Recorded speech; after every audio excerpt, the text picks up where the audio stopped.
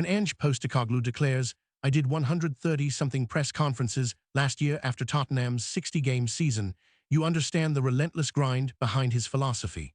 This is a manager who arrived in England with skeptics questioning whether someone from Australia belonged in the Premier League, yet within months had Spurs playing some of the most exhilarating football in Europe. His story, from a 5-year-old immigrant clutching an immigration number to lifting the Europa League trophy, reveals what happens when unwavering belief collides with brutal reality. Section 1. The migrant son who refused to compromise. Postecoglou's father, Demetrius, arrived in Melbourne with nothing but a mattress and his carpentry skills, fleeing Greece's military junta. The family spent years sharing a house with strangers. Young Ange rarely saw his father, who left before breakfast and returned exhausted each night, collapsing on the couch after dinner. Yet his father made one crucial decision: enrolling his son in a Greek football club, the only environment he understood in this foreign land. People say they moved for a better life, but my parents didn't have a better life. They moved so I could have one. Postecoglou reflects. That sacrifice became his foundation. While his father couldn't offer life advice through conversation, he transmitted something more valuable: an unshakable work ethic. "I made sure that I'm going to outwork anyone else in what I do," Postecoglou says. This wasn't motivational rhetoric. It was survival instinct inherited from a man who wandered Melbourne's streets looking for laboring work, limited only by his broken English.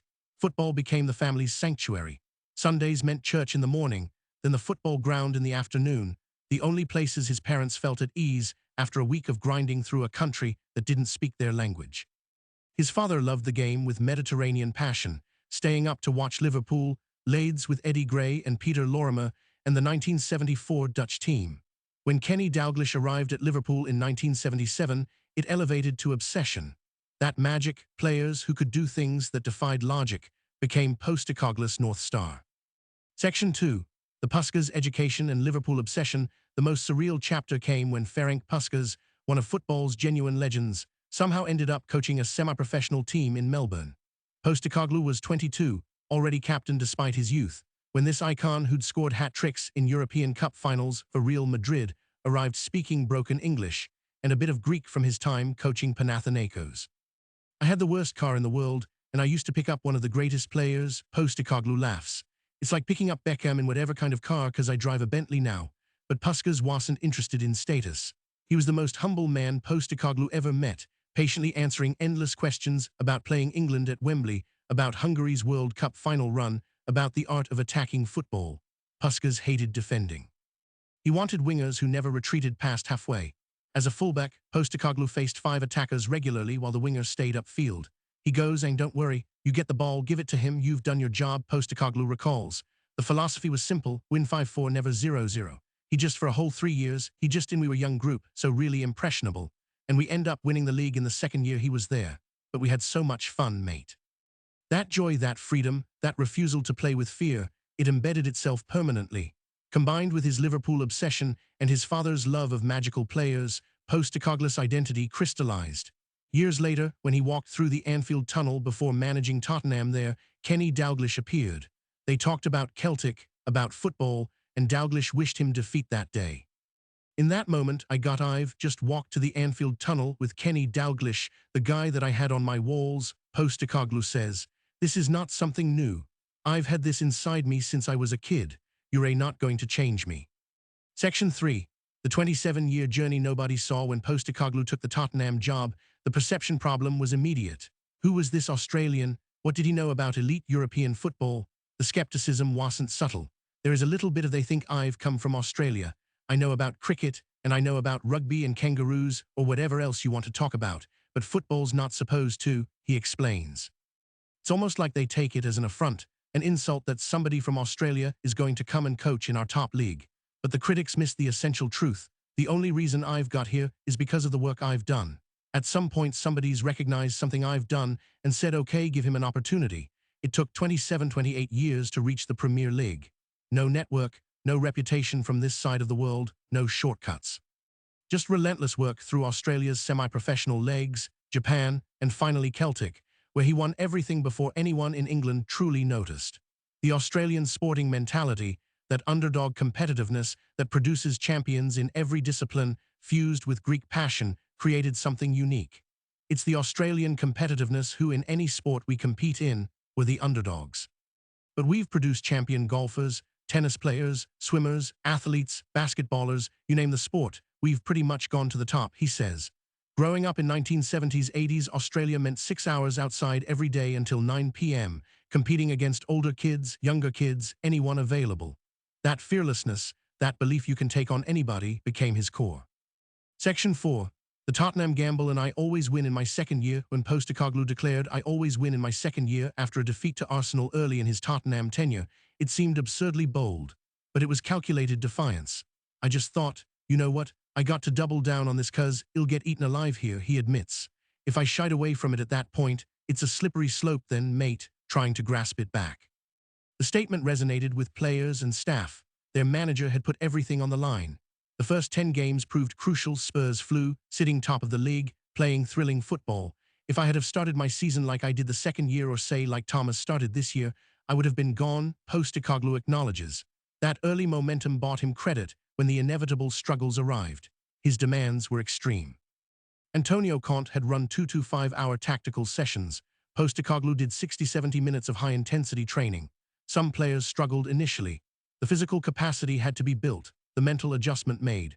The demands, but again through training, I think the physical side is probably the easiest side to address, because if you train at a certain intensity and at a certain tempo, I think that can be replicated in game, he explains.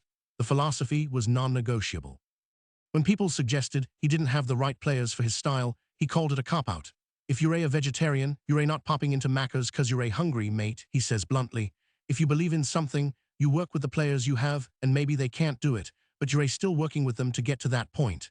He despises managers who claim they'd play differently at bigger clubs. If you believe in something, you do it everywhere with everyone. Section 5. The injury crisis and Chelsea's 9-man masterpiece, the 2023-24 season, became a war of attrition. Postecoglou identified a crucial statistic. When Van de Ven and Romero played together as a centre-back pair, Tottenham's results over 2 years would have placed them top for both seasons, but they rarely played together. Injuries decimated the squad repeatedly. The Chelsea game with 9 men became folklore. Every single Tottenham player occupied a tiny area of the pitch, standing on the halfway line in the most extreme high line ever witnessed. It was turning into a foot race. We're standing halfway line, they play, and off we go, Postecoglou describes.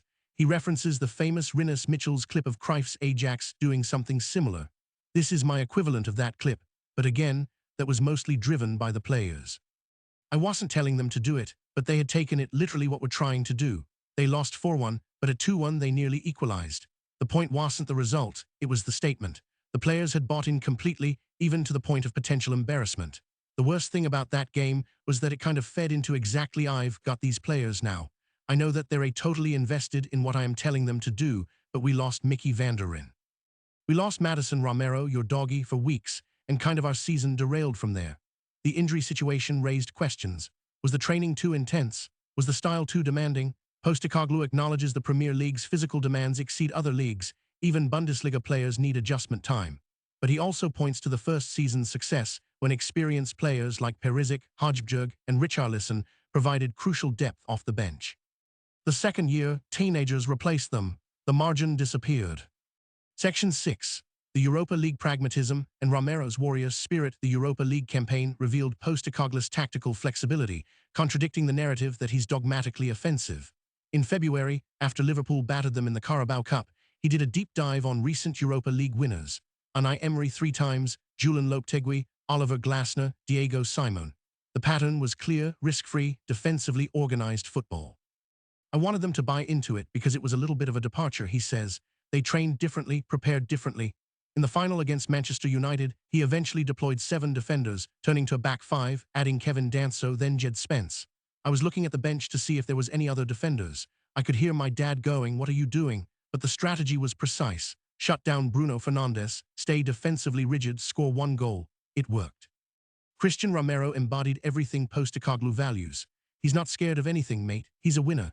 Does he cross the line? Yeah, he does. He crossed the line of training sometimes and the coaches go, "Oh, you know," I go, "Well, you go tell him." I'm not telling him, Postecoglou laughs. Before kickoff in the final, Romero took the team into United's half for the huddle because Spurs fans were at that end. Pure intimidation. Would you rather have Roy in your team or against you? Postecoglou asks. We would never have won that final without Romero.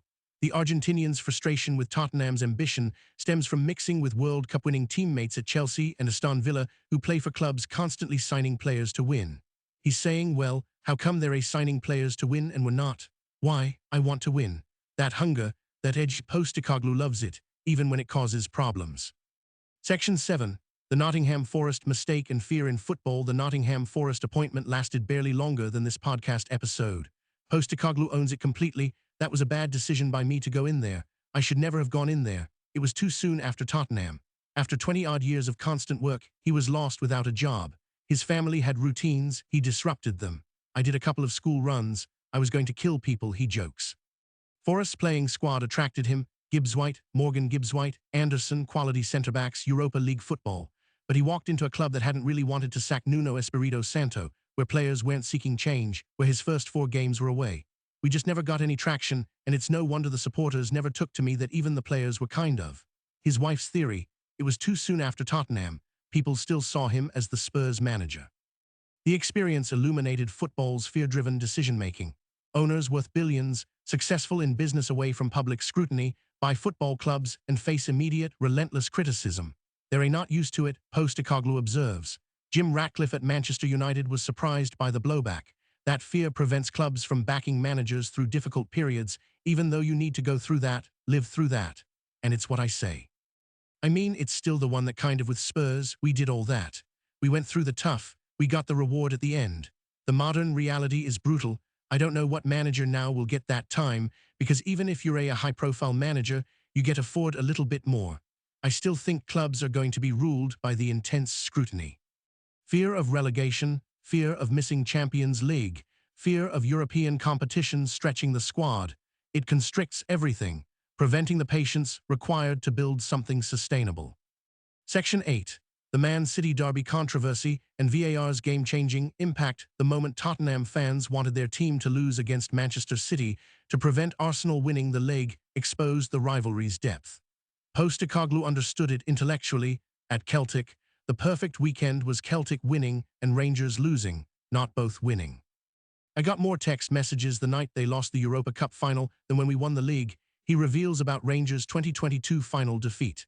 But he couldn't represent Tottenham that way. I couldn't represent the club in that manner. I want to win every game that I play in. They finished 2 points behind 4th-placed Villa. Winning that City game might have secured Champions League football. His message to fans, let me fix the Tottenham win nothing bit. If we win that, y'all feel differently about that because y'all be competing on a level playing field. One supporter behind the dugout used colorful language, suggesting Postecoglou didn't try this hard every week. His response, mate, I'll see you outside. On VAR, Postecoglou is unequivocal. It's fundamentally changed football, not improved it. It was bought in for accuracy, but it's fundamentally what it's done is changed the game. At Celtic without VAR, Joe Hart's quick distribution, fast throw-ins, rapid corners created high-tempo chaos. Now referees stop play constantly for checks. Teams are getting set up right. The spontaneity, the joy of immediate celebration, gone. I don't even celebrate anymore. His key takeaways. Postecoglou frames his journey as proof that conviction and sustained work can outlast elite skepticism. The interview shows how his identity, tactical philosophy, and crisis management style were formed long before Spurs, and why his biggest wins may be cultural as much as silverware. The central lesson is that clarity under pressure matters more than image management. When noise spikes, teams follow leaders who keep their values consistent.